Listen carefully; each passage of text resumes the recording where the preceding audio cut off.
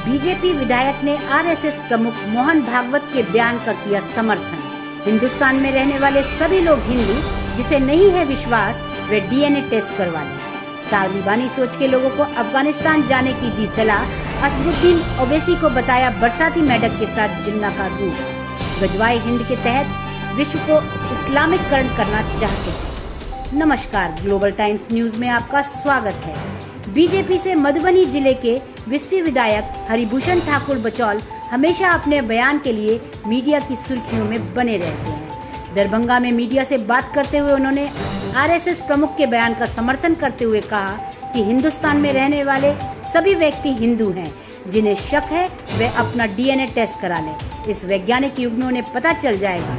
उन्होंने कहा कि वे सभी अपने पूर्वजों को बदल दिए हैं। उन्हें आज भी दूसरे देश में हिंदू मुसलमान कहा जाता है। विधायक बचौल इतने पर ही नहीं रुके, बल्कि असदुद्दीन ओवैसी को बरसाती मेढक बताते हुए जिन्ना का दूसरा रूप बता डाला। उन्होंने साफ साफ शब्दों में कहा कि देश में तालिबानी और आतंकवादी सोच के लोग यहाँ हैं। उन्होंने ऐसे कट्टरपंथी के लोगों को अफगानिस्तान जाने की सलाह देते हुए कहा कि वहाँ पेट्रोल और मकान सभी सस्ते हैं, वे लोग वहीं चले जाएं। हिंदुस्तान में सभी धर्मों का स्वागत किया जाता है।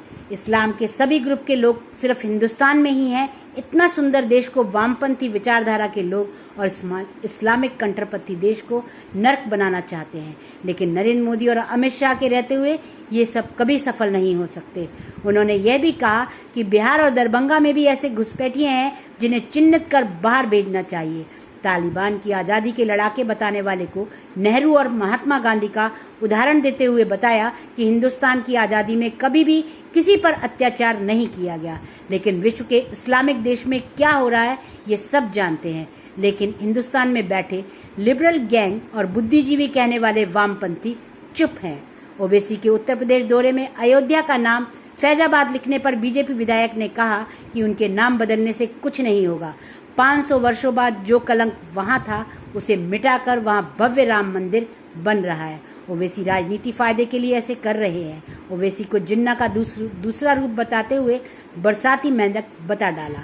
ओवैसी को इस्लामिक कट्टरपंथी और सांप्रदायिक व्यक्ति बताते हुए कहा कि ये सभी गजवाए हिंद के तहत विश्व को इस्लामीकरण करने की अंतर्राष्ट्रीय योजना के तहत काम कर रहे हैं। उन्होंने बताया कि हिंदुस्तान अब 1947 वाला हिंदुस्तान नहीं है। ऐसे सोच के लोग के साथ जो भी देशद्रोही लोग हैं उन्हें कुचल दिया जाएंगे। एक आखिरी सवाल कि मोहन भागवत लगातार कहते हैं कि हिंदुस्तान में रहने वाला हर व्यक्ति हिंदू है। निश्चित हिंदू शब्द ही बोला है। सारे लोग हैं वो डीएनए टेस्ट करा में उन्होंने अपने पूर्वजों को बदल दिया है। डीएनए टेस्ट करा में ना तो विज्ञान इतना बढ़ गया कि सब कुछ पता चल जाएगा, लेकिन वो कट्टरपंथी सोच नहीं चलेगा। मतलब वो लोग भी हिंदू ही हैं। निश्चित सारे लोग हिंदू हैं और उनको हिंदू भी मुसलमान कहता है दूसरे देशों में। क्या कहेंगे? उनके बदलने से बदलने वाला है। 1626 के बाद 500 वर्षों के बाद जो कलंक था उसको मिटा करके और माननीय सुप्रीम कोर्ट ने भी कह दिया है और विश्व का सबसे भव्य मंदिर रामलला का जो भारत के कनकन में है वहाँ बन रहा है। विश्व का दर्शनीय शहर अयोध्या बन रहा है। वैसे बरसाती मेढक की तरह ओवैसी जी अब टरटराते हैं और अपना उपयोगिता सिद्ध करना चाह रहे हैं। अपनी नेतागिरी चमकाने के लिए वो दूसरा जिन्ना बनना चाहते हैं इस देश में। वो कभी नहीं बन पाएंगे। और भारत 1947 वाली भारत नहीं है। अब माननीय नरेंद्र मोदी जी के नेतृत्व में और माननीय अमित शाह जी के नेतृत्व में भारत मजबूत बन गया है। ओवैसी ऐसे लोग बरसाती मेढक की तरह टर्टर करते रह जाएंगे।